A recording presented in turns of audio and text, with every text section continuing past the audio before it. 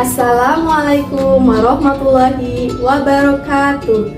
Halo teman-teman, perkenalkan nama saya Umiatul Hasanah, NIM 87824239. Saya dari Prodi PGSD UPBJJ UT Purwokerto. Dalam video ini, saya akan melakukan praktikum IPA tentang simbiosis. Tujuan dari praktikum ini yaitu untuk mengidentifikasi simbiosis parasitisme, komensalisme, dan mutualisme di lingkungan sekitar. Simbiosis parasitisme yaitu hubungan antar makhluk hidup di mana satu pihak sebagai parasit mendapatkan keuntungan dan pihak lain atau inang dirugikan. Contoh simbiosis parasitisme yaitu yang pertama, tanaman tali putri dan tumbuhan inang. Tali putri tidak memiliki daun dan tidak bisa membuat makanan sendiri. Dia hidup menempel pada tumbuhan inang dan menyerap sari makanan yang dibuat oleh inang, sehingga tumbuhan inang akan mengalami masalah seperti pertumbuhan terlambat, daun menguning, bahkan tumbuhan akan mati. Selanjutnya, ulat daun dan daun. Ulat daun sebagai hewan memakan daun yang menyebabkan kerusakan pada tumbuhan dan pada akhirnya akan merugikan atau bahkan membunuh tanaman. Selanjutnya, jamur pada daun. Jamur pada daun dapat dikenali dari gejala seperti bercak, kuning, coklat, atau hitam. Hal ini yang dapat menyebabkan terhambatnya proses fotosintesis sehingga menimbulkan kerusakan pada daun. Selanjutnya, kutu pada rambut manusia. Kutu mendapatkan manfaat atau makanan berupa darah manusia, sementara manusia dirugikan, mengalami gatal, iritasi, dan potensi infeksi. Selanjutnya, kutu pada kucing. Kutu mendapatkan tempat tinggal dan makanan atau darah dari kucing, sehingga kucing mengalami kerugian seperti gatal-gatal dan potensi infeksi.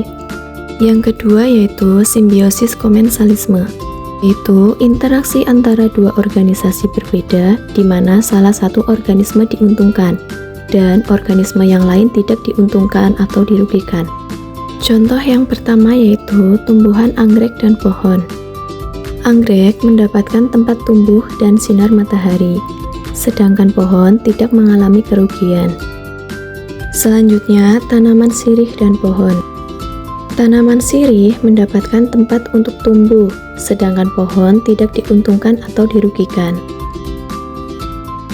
Selanjutnya, burung dan pohon.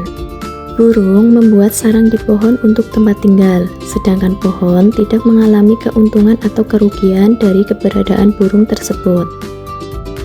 Selanjutnya, paku tanduk rusa dan pohon. Paku tanduk rusa menempel pada pohon untuk mendapatkan tempat hidup dan nutrisi, sedangkan pohon tidak mendapatkan manfaat atau kerugian dari keberadaan paku tanduk rusa. Selanjutnya, creeper di pohon kelapa. Tanaman ini menempel pada pohon untuk mendapatkan tempat hidup dan nutrisi, sedangkan pohon tidak mendapatkan manfaat atau kerugian dari keberadaan tanaman ini. Yang terakhir yaitu simbiosis mutualisme, yaitu hubungan saling menguntungkan antara dua jenis organisme yang berbeda, di mana keduanya mendapatkan manfaat dari kedua interaksi. Contoh yang pertama yaitu bunga telang. Bunga telang sebagai anggota keluarga polong-polongan yang dapat bersimbiosis dengan bakteri Rhizobium di dalam tanah. Bakteri ini membentuk pintil akar dan membantu tanaman dalam mengikat nitrogen dari udara yang penting untuk pertumbuhan. Sebagai imbalannya, bakteri mendapatkan nutrisi dari tanaman. Simbiosis ini menguntungkan baik bunga telang maupun bakteri. Selanjutnya, kupu-kupu dan lebah dengan bunga. Kupu-kupu menghisap nektar yang ada di dalam bunga. Kaki serangga ini akan mengenai serbuk sari. Serbuk sari yang melekat di tungkainya itu akan jatuh di kepala putik saat hinggap di bunga lain. Ketika serbuk sari jatuh di kepala putik, maka akan terjadi penyerbukan. Dalam peristiwa ini, kedua organisme ini merasa saling menguntungkan karena lebah dan kupu-kupu mendapatkan makanan, sedangkan bunga dapat berkembang biak. Selanjutnya, kutu daun dan semut. Kutu daun mendapatkan perlindungan dari semut, sedangkan semut mendapat makanan dari embun madu yang dihasilkan kutu daun. Selanjutnya, tumbuhan dan cacing tanah.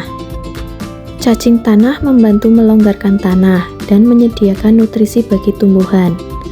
Sementara tumbuhan menyediakan tempat tinggal dan sumber makanan bagi cacing tanah.